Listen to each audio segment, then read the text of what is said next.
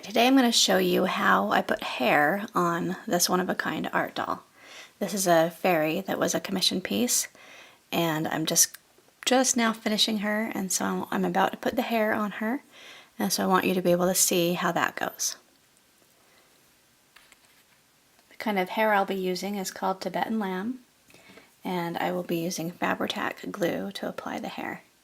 Now the first step is to cut off a lot of little sections from this hair and then glue them together in little wefts. Now what I like to use is some sort of plastic, and I'm just going to use a CD case this time because this way I can cut off these pieces and then just glue them right to the CD case, and then after they're dry I can just peel it right off and then it'll be ready to apply to my doll. I'll show you how I do this. What I like to do is first take a couple little plugs and kind of strategically place them so I can kind of frame her face the way I want.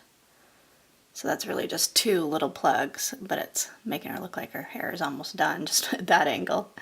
But that way it kind of gives the face framing that I want.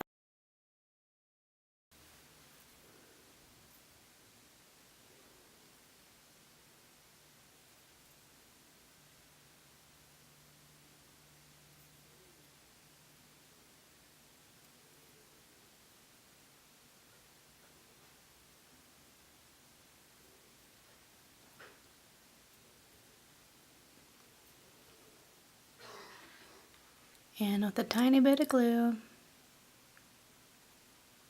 just kind of cover that up a bit. And then I want to,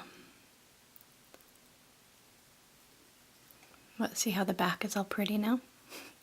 Can you believe it? We did it. Alright, there, that's how she looks. Now you can do her hair, dress it up a little bit, ponytail, updo, anything you want from this point. And that's how you do hair on a one-of-a-kind art doll.